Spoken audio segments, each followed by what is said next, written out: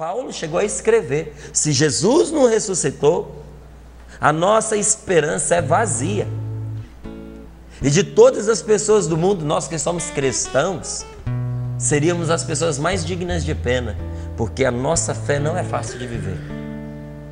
A nossa religião não é uma religião fácil. O cristão verdadeiro não é uma pessoa de facilidades.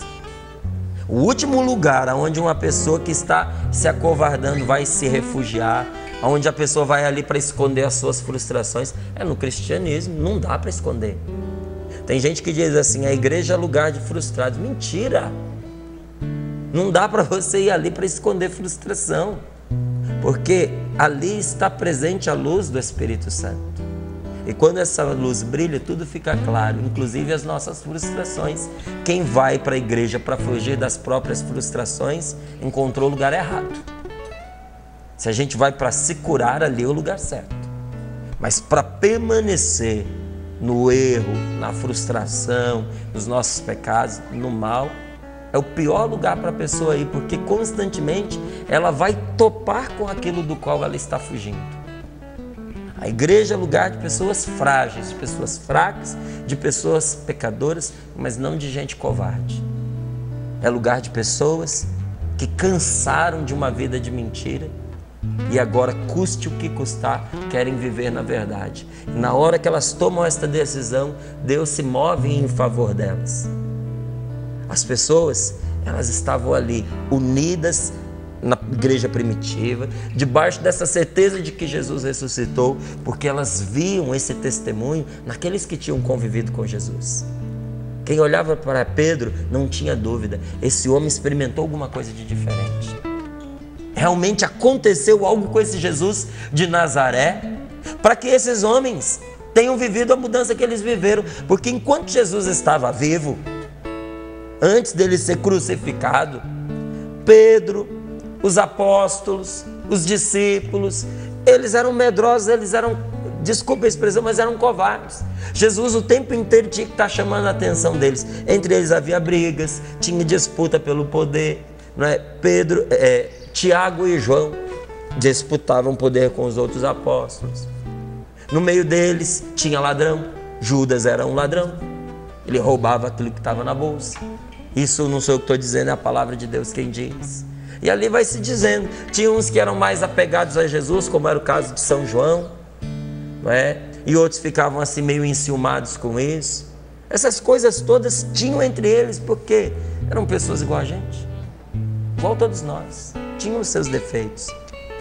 E quando Jesus morreu, eles fizeram o que talvez eu e você fizéssemos ainda mais rápido: eles fugiram e se esconderam. Porque eles pensaram: se fizeram isso com Jesus, com toda a força que ele tinha, o que é que não vão fazer conosco? Só que algo aconteceu que deu a eles uma coragem, que mudou a vida deles de uma tal maneira. E o que é que foi que aconteceu? Eles experimentaram no próprio coração e na própria vida um profundo amor de Deus. Porque quando aconteceu o Pentecostes, e nós vimos aqui, e se você ler o capítulo anterior, você vai ver que fala do derramamento do Espírito Santo em Pentecostes. O que é o derramamento do Espírito Santo? Nada mais do que o próprio Deus se derramando sobre nós. Nada mais do que um derramamento do amor. Até então, os apóstolos, os discípulos, eles tinham experimentado o amor de Deus por meio de Jesus. Jesus era grande testemunho de que o Pai os amava, e Jesus disse isso para eles várias vezes: Pai vos ama, eu vos amo. Nós vamos enviar para vocês o Paráclito, aquele que vai consolar, que vai ser esse testemunho de amor para vocês. Mas era pela boca de Jesus, pelos gestos de Jesus, que eles experimentavam esse amor. No momento em que Jesus subiu aos céus, ele derramou sobre eles o próprio amor de Deus. Não era preciso que ninguém mais lhes falasse, porque eles haviam experimentado no próprio coração esse grande amor. Eu quero te dizer a você que nesta manhã se encontra triste, desconsolado, até se julgando assim meio abandonado, desprezado, sem recurso, sem saber o que fazer. Quero dizer a você que está prestes a tomar uma decisão catastrófica na sua vida. Você que está prestes a cometer um aborto. Jesus ama você. Deus ama você. E Ele quer derramar no seu coração agora este mesmo amor que levantou os apóstolos de todo medo.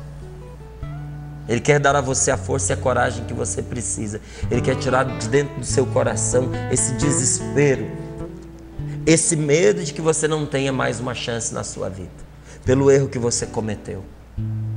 Essa loucura, essa insanidade de pensar, eu agora estou perdido porque o que eu fiz vai ser descoberto e uma vez descoberto, acabaram-se as minhas chances. Isso é mentira.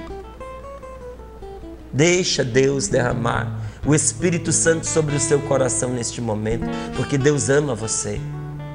Você é uma pessoa preciosa para Deus. Se você soubesse o valor que você tem para Deus, você nunca ficaria triste, nunca se sentiria desprezado, abandonado, solitário. Porque Deus não te deixa. Você até pode deixá-lo, mas Ele jamais deixa você. Ele não te abandona mesmo quando você erra. Mesmo quando você peca, Deus não abandona você. Ele pode não se fazer sentir como você o sentia no momento que você estava em estado de graça. Porque quando nós escolhemos pelo pecado, nós expulsamos a presença de Deus no nosso coração. Mas o Senhor não se retira completamente. Ele está ali ao nosso lado, esperando apenas que nós queiramos que Ele entre na nossa vida novamente, para que Ele entre com a força do seu Espírito Santo. Deus ama você. Deus quer o seu bem. Deus vai te ajudar. Você só precisa confiar nele. Tenha confiança no Senhor. Pare de se comparar com as pessoas. Pare de ficar olhando para as coisas negativas. Pare de construir a sua vida, sabe, sempre ali com o sabor daquilo que é ruim, daquilo que não presta. Tem tantas coisas boas na sua vida, a começar por um Deus que é apaixonado por você. Deus é apaixonado por você. Deus te quer bem. E se você deixar, Ele vai fazer você feliz. O problema é que nós queremos que Deus nos ame pelas coisas que nós fazemos. Então, enquanto a gente não faz algo que mereça esse amor, nós não nos damos a oportunidade, nós não nos damos a liberdade de receber de graça esse amor que o Senhor tem para nós. Deixa de besteira. Ninguém pode merecer o amor de Deus. Nem eu, nem você, nem a melhor pessoa deste mundo, porque o melhor homem deste mundo falha. O melhor homem deste mundo erra. Deus ama você porque você é filho dele. Você é filha dele. Você não tinha feito nada para merecer ser criado. Deus te criou porque te quis. E olha, quando criou você, criou sabendo todas as besteiras que você ia fazer na vida. Criou sabendo de antemão todos os pecados que você ia cometer. E mesmo sabendo dos seus erros, e mesmo sabendo dos seus pecados, Deus olhou para você, sorriu e disse: mesmo assim você vale a pena. Deus acreditou que você valia a pena e por isso Ele te criou. Você acha que depois de ter te feito com tanto amor, Ele te abandonou? Deus não se retirou da sua criação depois que Ele a criou. Por isso que quando a gente faz uma caminhada no meio do mato, quando a gente acampa, quando a gente toma um banho de mar, quando a gente caminha ali naquela areia fofinha, afundando o pé, não é?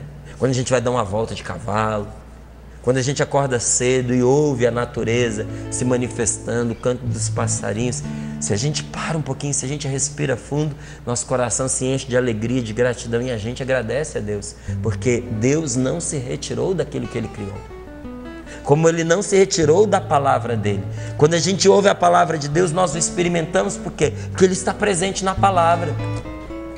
Por que quando a gente para um pouquinho e abre os olhos para enxergar essa maravilha à nossa volta, criado pelas mãos de nosso Senhor, por que a gente tem um encontro com Deus? Porque Ele está presente nesta criação. Mas da criação, aonde Ele está mais presente? Na pessoa humana. Deus não está fora de você. Ele está dentro do seu coração. Ele quer que você o experimente nesse dia de hoje. Porque Ele não se retirou da sua vida. Agora, porque Ele ama você, porque Ele te quer bem, porque Ele é apaixonado por você, Ele não pode deixar que a sua vida continue como está. A gente se pergunta, como muitos ao ouvirem esta pregação se perguntavam, se Deus realmente nos ama, ao ponto de nos dar o seu Filho, se Jesus ressuscitou dos mortos, como vocês dizem, por que é que na minha vida eu não experimento isso? Porque apesar de ser uma pessoa católica, porque apesar de ser batizado, eu continuo carregando dentro de mim rancores, tristezas, parece que a minha vida não tem muito sentido, as coisas que eu faço não dão certo. Até hoje a vida foi passando e eu não me realizei afetivamente, eu não encontrei a pessoa certa para casar comigo, para viver comigo. Por que dentro da minha família existem tantas brigas, tantas discórdias, se Deus é amor? Se Deus é amor, por que a gente vê essas guerras todas e muitas vezes motivadas pela religião? Pessoas que dizem que acreditam em Deus se matando. Se Deus é amor, aonde está a presença dele em tudo isso? O problema é justamente esse. Quando nós nos afastamos de Deus, nós abrimos um espaço para o pecado no nosso coração. E o pecado, ele é como uma droga. O pecado é uma droga espiritual. Ele entorpece a pessoa espiritualmente. Existem certas drogas que quando a pessoa usa, as mãos ficam dormentes, o rosto fica dormente. Você encosta na pessoa, ela não sente, porque ela está drogada. O corpo funciona? Funciona. E se você tocar nela, se você cortar a pessoa, o corte vai acontecer? Vai, claro que vai, ela está ali. Mas e a dor? A dor ela não sente, porque ela está entorpecida. O pecado, ele não nos adormece para a dor. O pecado, ele nos adormece para o amor. Em vez da gente parar de sentir a dor, o desprazer, o remorso, a culpa, como muitas vezes a droga faz, que a droga nos faz esquecer as coisas que estão nos desagradando, a droga nos dá uma euforia. O pecado, ele faz conosco a mesma coisa, mas o que ele nos faz esquecer? Ele nos faz esquecer o amor, ele nos faz esquecer as coisas boas que nos acontecem, ele nos faz fechar os olhos para quem está em nosso favor. A pessoa que peca, ela vê o amor de Deus acontecendo à sua volta e para todo mundo, só que ela mesma não sente. E isso, em vez de ser um bem, é terrível para ela. Porque a graça de Deus recai também sobre ela, mas como o pecado encravou o coração dela, ela não consegue sentir. Ela vê nos outros, mas não percebe em si mesma. E aí isso se torna ainda um motivo de revolta para ela. Porque ela acredita em Deus, ela vê Deus agindo, mas na vida dos outros. Aí começa a dizer, nossa, olha o que Deus fez pelo Emanuel. Nossa, eu estou caminhando com Deus muito antes da Aline. E eu nunca recebi a graça que ela recebeu. E olha que eu preciso até mais que ela. E a pessoa começa a se arder de ciúme por causa até das coisas boas que Deus faz pelos outros, porque ela é incapaz de viver o que Deus faz de bom para ela. Isso é o pecado. O pecado entrou na nossa vida, colocando inimizade entre nós e Deus, colocando inimizade entre nós e as pessoas à nossa volta e criando inimizade de nós com nós mesmos. Quando o pecado entra na vida de uma pessoa, até o corpo entra em conflito com a alma. A pessoa fica dividida contra ela mesma. Jesus disse isso a respeito até do reino do inferno. Diz que se Satanás estiver dividido contra Satanás, o reino dele vem abaixo. Imagine uma pessoa que está dividida contra ela mesma. Porque o que ela quer na carne é diferente daquilo que ela quer no espírito. Ela não tem paz no seu coração, porque ela não se reconciliou consigo mesma por causa do pecado. O pecado é o motivo da sua tristeza. Deixa que Deus seja o motivo da sua alegria.